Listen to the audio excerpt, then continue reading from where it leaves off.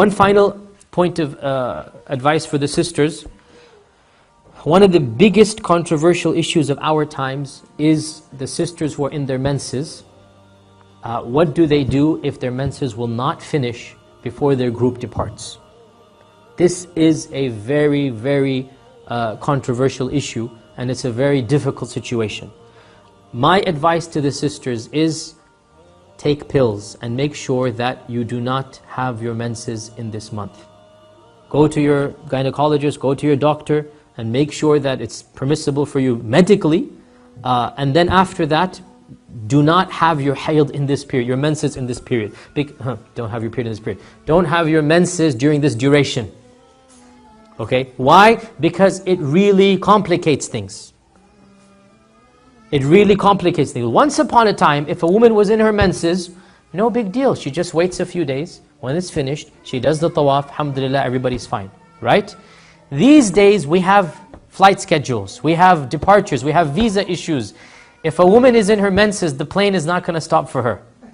Her ticket is going to expire. Her visa, it's with the group. It's almost impossible for a lady to remain behind single-handedly with her mahram. It's not even, the group is not going to allow it. The government's not going to allow it. Because you come as a group, you leave as a group. It's the laws of the government in our times, right? So, the first point is, make sure that doesn't happen to you. Take pills, and inshaAllah ta'ala, it's very easy to basically skip over one period, and then when you come back, you may stop the pills, and then you go back to your regular cycle. And by the way, when you're taking pills, 99% of the time, any blood that you see will be istihada, therefore it's ignored. It doesn't count as hayd. That's 99% of the time. If, for some reason, you don't take pills, and your menses start, as long as you do tawaf al-ifada before the menses, you're scot-free. The main issue is tawaf. You don't have to worry about the prayer, that's forgiven. You may do your du'as in Arafat in the state of menses, no problem at all. You may do your dhikr, you may do all the other acts, you may do the rami, you may do sa'i in the state of menses. You don't have to have wudu, by the way, brothers, to do sa'i. Sa'i, you don't have to have wudu. Sa'i is a separate action of worship. The problem only is tawaf. Now, if you've done the tawaf al-ifada, the Prophet himself said, authentic hadith, for menstruating women, the tawaf al-wada' is forgiven.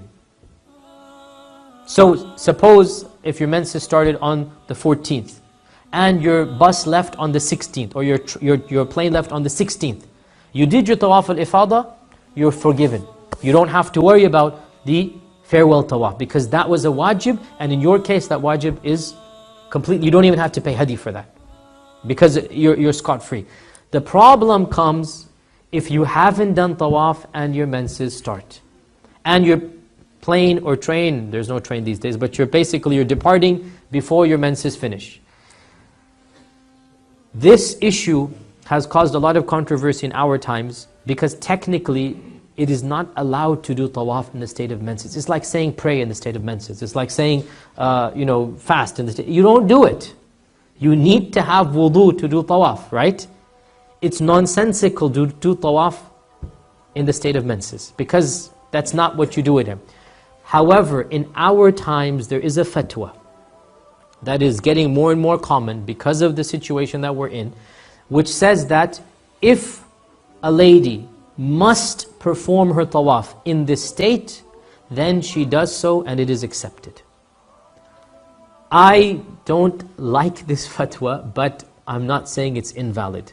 I'm simply saying, sisters, if you think you're going to be in this state, if there's even a remote chance, please make sure that you're not, because it's a very, very difficult scenario. Allah.